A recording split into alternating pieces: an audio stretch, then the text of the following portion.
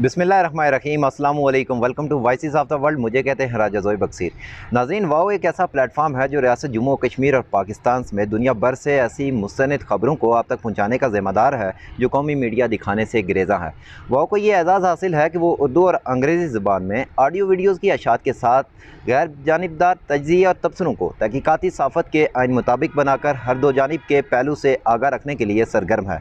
आप अगर हमारे चैनल पर नए आए हैं तो हमारे चैनल को सब्सक्राइब करें और बेल आइकन को प्रेस करें ताकि आप आने वाली तमाम नई वीडियो से आगाह रहें।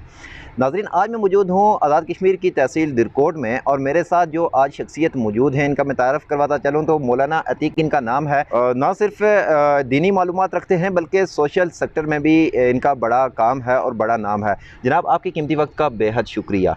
मौलाना, सबसे पहले तो ये बताइए कि आज हम देखते हैं कि टेक्नोलॉजी ने इस कदर तरक्की कर ली है कि आप यूँ कह सकते हैं कि किसी भी जगह पे एक जगह से दूसरी जगह जो सफ़र दिनों में महीनों में तय होता था वो आज मिनटों में तय हो रहा है। तो इस जदीद दौर के अंदर जहाँ पे एक जानिब साइंस की और इस्लाम की ये जंग भी मौजूद है, लेकिन उसके बावजूद टेक्नोलॉजी ने इंसान की ज़िंदगी को आसान किया है लेकिन उसकी ज़िंदगी से बेचैनी को ख़त्म नहीं कर पाई।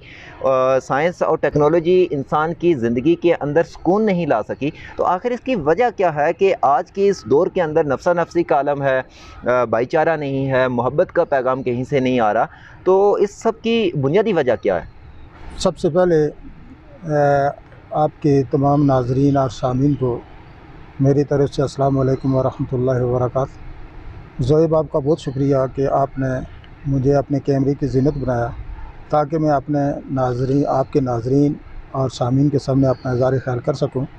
एक गुजारिश मैं आपको करता चल दूँ कि आपने जो कहा है कि मौलाना, तो मैं मौलाना नहीं हूँ। ताहम जो आपने सवाल किया है, जो मेरी मालूमात है उसके मुताबिक मैं जवाब दूँगा। ज़रूरी नहीं कि मेरे जवाब से आप या आपके नाज़रीन और सामीन सारे सेटिस्फाई हो सकें। आपने कहा कि सारा कुछ होने के बावजूद इंसानी ज़िंदगी में चैन, सुकून और खुशहाली नहीं है। तो इसमें मैं वज़ाहत करूँ जो मेरी मालूमात हैं कि हमारे जितने भी एजुकेशनल इंस्टीट्यूट हैं उनकी काविशों और उनकी एफ़र्ट्स से जो आगे इंसानी ज़हनों की प्रोडक्शन हो रही है तो वो साहिब दिमाग की प्रोडक्शन हो रही है, साहिब दिल की प्रोडक्शन नहीं हो रही है। तो चूँकि जो माशरे की प्रॉस्पेरिटी या माशरे की खुशहाली या माशरे का चैन या माशरे का अमन की आप बात करते हैं तो ये कभी अक्लमंदों से इसका क़याम वजूद में नहीं आता, ये हमेशा दर्दमंदों से आता है। तो साहिब दिमाग की वजह से कभी माशरे का सुकून नहीं आ सकता। साहिब दिल जो है उनकी बहुत ही किल्लत है जिसकी वजह से आप माशरे की बेसुकूनी देख रहे हैं। सही। तो मौलाना, आपने बात की साहिब दिल की और साहिब दिमाग की। Can you differentiate between these two terms के साहिब दिल कौन से होते हैं और साहिब दिमाग कौन से होते हैं? जी ज़ोएब, आपका बहुत अच्छा सवाल है। ये पहचान होनी ज़रूरी है और डिफरेंशिएट होना बहुत ज़रूरी है। जो साहिब दिमाग लोग होते हैं तो अगर आप ये जानना चाहते हैं अपनी ज़ात के बारे में कि मैं साहिब दिल हूँ या साहिब दिमाग हूँ या कोई आदमी साहिब दिल है या साहिब दिमाग है, तो साहिब दिमाग की जो खुसूसियत होती है या उसकी जो पहचान होती है कि साहिब दिमाग हमेशा हुसूल के चक्कर में लगा रहता है, वो कोई चीज़ हासिल करने का ख्वाहिशमंद होता है। सही। और जो साहिब दिल होता है वो हमेशा खर्च करने की ख्वाहिशमंद होता है, वो सेक्रीफाइस पेश करने की ख्वाहिशमंद होता है। तो हुसूल करने का जो ख्वाहिशमंद होता है वो कभी किसी को खुशहाली नहीं दे सकता, वो हमेशा किसी को चैन नहीं दे सकता, वो किसी का चैन छीन सकता है। और जो साहिब दिल होता है वो हमेशा किसी को सुकून दे सकता है। तो इसकी मैं एक मिसाल पेश करूं कि किसी दौर की बात है कि साहिब दिल, आपने पूछा ना कि साहिब दिल की क्या पहचान क्या है, तो किसी दौर की बात है कि एक आरिफ बिल्ला, जिसको अल्लाह का वली कह सकते हैं, उनकी मजलिस में एक मुफ्ती साहब फारग तहसील होकर उनकी खिदमत में हाजिर हुए।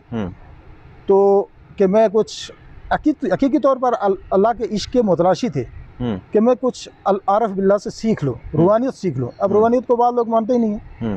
तो जब उनकी खिदमत में हाजिर हुए तो वो खाना तनावल फरमा रहे थे, तो मुफ्ती साहब ने जब उनकी मजलिस को ज्वाइन किया तो आरिफ बिल्ला ने पूछा कि कैसे तशरीफ़ ले आए, तो आगे से उन्होंने जवाब दिया कि कुछ सीखने के लिए तशरीफ़ लाया हूँ। सही। तो खैर, ये आपको मैं एक बात बताता चलूँ कि इल्म खा असरी हो या दीनी हो, جب تک اس کی تربیت نہیں ہوگی تو پھر اس کے نتائج اچھے نہیں، علم نافع کبھی بھی نہیں بن سکتا، خواہ کسی نے دنیاوی علم حاصل کیا ہو یا دینی علم حاصل کیا ہو، اگر اس کی تربیت اچھی نہیں ہے تو وہ علم نافع نہیں بن سکتا۔ یعنی کہ مولانا آپ یہ کہہ رہے ہیں تو مفتی صاحب جو ہے، میں اس کو پورا واقعہ بیان کروں کہ صاحب دل ہوتے کون سے، تو اللہ کے ولی نے جب ان کو مفتی صاحب نے کہا کہ میں خدمت کرنا چاہتا ہوں اور یہ دسترخوان لپیٹوں گا، صحیح ہے، تو عارف باللہ نے پوچھا کہ دسترخوان لپیٹنے کا طریقہ آتا ہے؟ تو کوئی عام مفتی ہوتا تو وہ کہتا کہ بھائی آپ کون ہوتے ہیں مجھے سکھانے والے، میں نے تو مفتی کا کورس کیا ہے۔ تو انہوں نے کہا حضرت سیکھنے کے لیے آیا ہوں۔ تو انہوں نے آگے سے کہا کہ یہ جو روٹی کے چھوٹے چھوٹے ٹکڑے ہیں یہ میں چھت پہ ڈالتا ہوں، یہ جو ہڈیاں ہیں یہ میں فلاں جگہ پہ ڈالتا ہوں، یہ جو آم کی گٹھلیاں ہیں یہ میں گراؤنڈ میں ڈالتا ہوں، اور یہ جو آم کے چھلکے ہیں یہ ایک ایک کر کے مختلف کونوں میں پھینک کے آؤ۔ تو جب مفتی صاحب نے اس کی وضاحت پوچھی تو جو عارف باللہ تھے انہوں نے کہا کہ یہ چھوٹے روٹی کے دانے میں چھت پہ اس لیے پھینکتا ہوں کہ چڑیاں اور اللہ کی مخلوق آتی ہے وہ کھا کے خوش ہو جاتے ہیں، میرا دل خوش ہو جاتا ہے۔ یہ ہڈیاں کتے اللہ کی مخلوق کھا جاتی ہے، بلیاں کھا جاتے ہیں، میں خوش ہو جاتا ہوں۔ آم کی گٹھلیوں سے بچے کھیل جاتے ہیں، میں خوش ہو جاتا ہوں۔ تو مفتی صاحب نے پوچھا کہ یہ آم کے چھلکے جگہ جگہ پھینکنے کا کیا مقصد ہے؟ تو اللہ کے ولی نے کہا کہ یہ اس لیے کہ کوئی آم کے زیادہ چھلکے دیکھ کے کوئی یتیم گزر رہا ہو تو اس کے دل میں یہ احساس اور یہ خیال نہ پیدا ہو جائے کہ کاش میرا باپ زندہ ہوتا تو وہ مجھے آم لا کے دیتا اور میں آم کھاتا۔ تو یہ کوئی ایسا کام جو ہے یہ کوئی صاحب دل یا صاحب علم ہی کر سکتا ہے، یہ ایسی سوچ صاحب دماغ کبھی نہیں سوچ سکتا۔ نہیں، یہاں سے سوال یہ اٹھتا ہے کہ آپ یہ کہنا چاہ رہے ہیں مولانا کہ صاحب دل، صاحب دماغ اور صاحب علم ان تینوں میں فرق ہے، آپ نے دو کو ڈفرینشیٹ کر دیا۔ سوال یہ یہاں سے اٹھتا ہے کہ جو صاحب علم ہوتا ہے کیا وہ صاحب دماغ نہیں ہو سکتا، یا وہ کام صاحب دماغ نہیں کر سکتا؟ اصل میں بات یہ ہے زہیب کہ بات اپنی اپنی سمجھ کی بات ہوتی ہے، اپنی اپنی سوچ کی بات ہوتی ہے۔ میں جس بات کو سمجھتا ہوں میں تو کبھی صاحب دماغ کو صاحب علم نہیں کہہ سکتا۔ وہ کیوں؟ بینگ اے مسلم میں جس بات کو سمجھتا ہوں ضروری نہیں کہ سارے لوگ میری رائے سے متفق ہوں۔ صحیح۔ اگر صاحب دماغ کو صاحب علم کہا جاتا تو آپ مجھے بتائیں کہ ابو جہل کے بارے میں آتا ہے کہ he was well versed in Arabic language and also noted for in eloquence. بالکل۔ لیکن جب محبوب صلی اللہ علیہ وسلم نے اس کو ایڈریس کیا تو فرمایا کہ ابو جہل، جہلوں کا باپ، حالانکہ ڈیبیٹ وہ بہت اچھی کرتا تھا۔ تو آپ ایسے لوگوں کو پھر علم کی روشنی میں یا دین کی روشنی میں صاحب علم کیسے کہہ سکتے ہیں؟ اس کو تو جہل کہا گیا، تو ہم اس کو علم والا کیسے کہہ سکتے ہیں؟ بالکل صحیح۔ تو صاحب علم کے بارے میں جو میری سمجھ ہے یا جو میرا ذہن قبول کر رہا ہے یا اس کی تعریف کو میں نے قبول کیا ہے وہ یہ ہے کہ اشفاق احمد نے اپنی کتاب زاویہ میں یہ بات لکھی ہے کہ میرے دل میں بھی ایک مرتبہ سوال پیدا ہو گیا کہ صاحب علم کس کو کہیں؟ ڈاکٹر کو کہیں، انجینئر کو کہیں، فلاسفر کو کہیں، who is educated person in real sense of its term? یہ میرا سوال پیدا ہو گیا۔ تو میں نے اس کے لیے لیوی اسٹراس کو خط لکھا، اینتھروپالوجسٹ جو تھی بینیڈکٹ اس کو خط لکھا، لیکن میری سیٹسفیکشن نہیں ہوئی۔ تو ہماری گلی میں ایک بابا جی بیٹھتے تھے، میں ان کے پاس چلا گیا، وہ میرے پاس خطوط تھے، ان کے اوپر مہریں لگی تھی، تو انہوں نے پوچھا اشفاق احمد یہ کیا اٹھایا ہوا ہے؟ تو میں نے کہا کہ بابا جی چونکہ انگوٹھا مار ہیں اپنا نام بھی نہیں لکھ سکتے تو ان کو اس سوال کا پتہ نہیں ہوگا۔ انہوں نے کہا بابا جی یہ بس ویسے کوئی سوال تھا، میں کچھ خطوط لکھے تھے۔ انہوں نے کہا کہ مجھے بھی بتا دو، میرے علم میں اضافہ ہو جائے گا۔ صحیح۔ تو اشفاق احمد نے پوچھا کہ بابا جی میرے دل میں سوال پیدا ہوتا ہے کہ صاحب علم کس کو کہیں؟ تو بابا جی نے کہا کہ اشفاق احمد نوٹ، صاحب علم اس کو کہتے ہیں کہ جب کسی قوم یا کسی جماعت پر کوئی زوال آ جائے تو اس وقت قربانی کے لیے وہ آدمی صفحہ اول پر ہو، اور جب کوئی انعام تقسیم کرنے کا وقت آئے تو وہ سب سے پیچھے کھڑا ہو۔ تو اگر آپ علم کو غور سے دیکھیں تو علم کس کو کہتے ہیں؟ ہم آپ کو کہے کہ ایک اس کی بالکل ایک ہی لائن میں اس کی ڈیفینیشن کریں تو علم روشنی ہے۔ اب روشنی کو آپ اگر ڈیفائن کریں تو روشنی سہولت ہے۔ تو آپ مجھے بتائیں کہ وہ معلومات جو انسان کو اندھیروں کی طرف دھکیلیں تو اس کو میں صاحب علم تو نہیں کہہ سکتا۔ صحابہ کے پاس کوئی ڈگری نہیں تھی لیکن ان کی لائف جو ہے ہمارے لیے بیکن آف لائٹ ہے۔ بالکل۔ تو اس لیے جو یہ میرا ذہن کہہ رہا ہے، کوئی میرے اس بات سے اتفاق کرے یا نہ کرے۔ مولانا ایک سوال یہاں پہ یہ بھی اٹھتا ہے کہ جیسے آپ نے بات کی کہ ہمارے جو صحابہ کرام تھے ان کی زندگی جو ہے ہمارے لیے ایک ایسا راستہ ہے کہ جس پہ چل کے ہم اپنی زندگی کو سہل بنا سکتے ہیں، لیکن دوسری جانب ہم یہ دیکھتے ہیں کہ بطور مسلمان اور پاکستان اور آزاد کشمیر کی بات کریں تو یہاں پہ مسلمان جو ہیں وہ فرقہ بازی میں اور مختلف چیزوں میں الجھے ہوئے ہیں، چھوٹے چھوٹے ہمارے جھگڑے۔ تو آخر انسان یا مجھ جیسا انسان اپنا معلم کس کو چن سکتا ہے؟ ایکچولی بات یہ ہے کہ زہیب ایک ہوتا ہے معلومات کی دنیا، تو معلومات کی حد تک آپ چاہے دینی علوم حاصل کریں یا دنیاوی علوم حاصل کریں یا کسی سے کچھ بھی سیکھیں، تو حضرت علی کا فرمان ہے جس نے مجھے ایک لفظ سکھایا उसने मुझे अपना ग़ुलाम बनाया। अब अगर आप इसकी तरफ जाना चाहते हैं कि हमारे लिए इल्म जो है, मालूमात जो है, वो इल्म नाफ़े कैसे बन सकती है, तो इसके लिए एक बात तो अगर किसी अल्लाह के वली की निगाह पड़ जाए तो मैं तो उसको मानता हूँ, बाद लोग नहीं मानते। इकबाल ने भी कहा था कि निगाह वली में वो तासीर देखी, बदलती हज़ारों की तकदीर देखी। तो अगर आप प्रैक्टिकली ये मुझसे पूछना चाहते हैं कि इसको हम हमारे लिए कैसे तरबियत मुमकिन है, तो कौन सा मालम अच्छा रहेगा, तो जो मेरा ख्याल है, जिसको वासिफ़ अली वासिफ़ रहमतुल्लाह अलैह की बात को मैंने कबूल किया और वो मेरे दिल में उतरी कि सबसे बेहतरीन मालम जो है वो आपका ख्याल है, जो हमा हाल आपके साथ रहता है। तो आप हमें बासित मुसलमान अल्लाह से दुआ करनी चाहिए कि ये जो हमारा ख्याल है, जो हमारा गाइडर है, टीचर है, हर वक्त हमारे साथ लगा रहता है, ये अल्लाह ताला हमें मुस्बत अता फरमाए, ये हमें मुस्बत मिल जाए।